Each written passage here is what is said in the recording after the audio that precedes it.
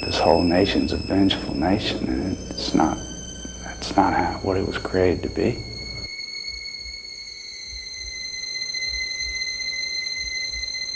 If you wish someone dead, you might as well do it yourself.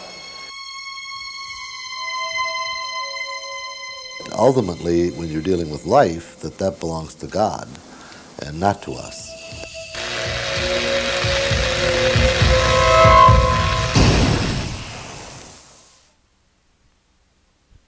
The death penalty, the ultimate denial of human rights.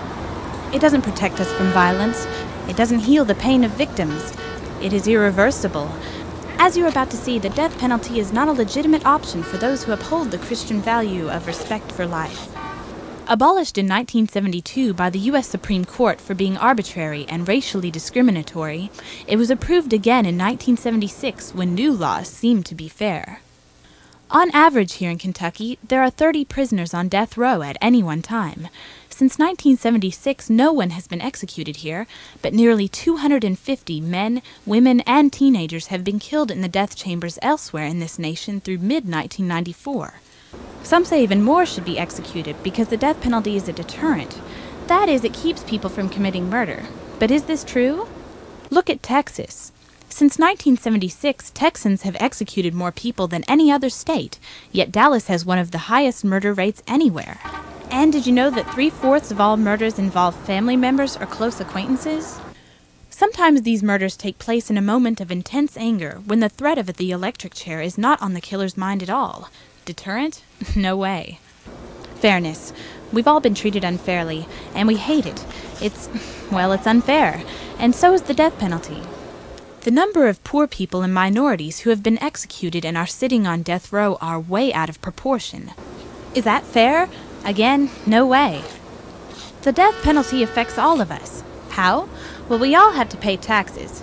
You'll pay even more of them as you get older, but you pay them now, like the sales tax when you buy something. Allowing a murderer to live by keeping him in prison for life is actually cheaper than putting him to death. Here's a quick lesson in death penalty math. Let's say someone spends 30 years in prison. It costs taxpayers $12,600 per year to keep that prisoner in prison. According to my calculator, that's a total of $378,000. Now sure, that's a lot of money, but it costs even more when a jury gives out the death penalty to a murderer. Remember how it's mostly poor people who get the death penalty? Since they cannot afford their own lawyer, the Commonwealth of Kentucky supplies them with one through the Public Defender's Office at taxpayer expense. According to the Public Defender's Office, it costs them $600,000 for a death penalty case. Then you've got prosecution costs on top of that, again at taxpayer expense. It's pretty safe to say that a death penalty case can cost us taxpayers over $1 million. Why is that? The U.S. Supreme Court says that death is different, and so in a death penalty case, the defendant must be allowed to appeal the decision. Because the state is seeking to take a human life, and because of the complexity of death penalty laws, these appeals can take years, making the death penalty a very expensive penalty. These dollars might be better spent compensating crime victims, providing better police protection, and developing crime prevention programs. Stop this video now and talk about what you've just learned. Then I'll be back.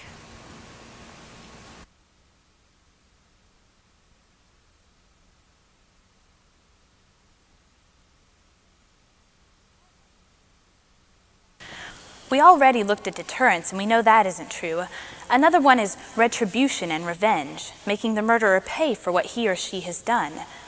You've heard the expression, an eye for an eye, but Jesus said to his followers, "You have heard it was said, an eye for an eye and a tooth for a tooth.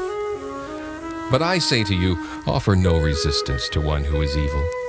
When someone strikes you on your right cheek, turn the other one to him as well. You have heard it was said, you shall love your neighbor and hate your enemy. But I say to you, love your enemies and pray for those who persecute you, that you may be children of your heavenly Father." The death penalty cannot bring a murder victim back to life, and as we'll see in this interview, it does not ease the pain of the victim's family. When Cindy was first killed, I was quite strong for, have some revenge, really. That's what it is. It's a revenge in your life, and in your thinking. But, and I asked for the death penalty at that time. And I was able to get over this hate that I had. I had so much hate I couldn't even receive communion. And if you all understand the church, you understand what that means to me. But I couldn't do it because you can't do anything when you got hate in your heart. And I'd say with prayers, anyone can change their life. I mean, whether it's they're on death row or not, they can change.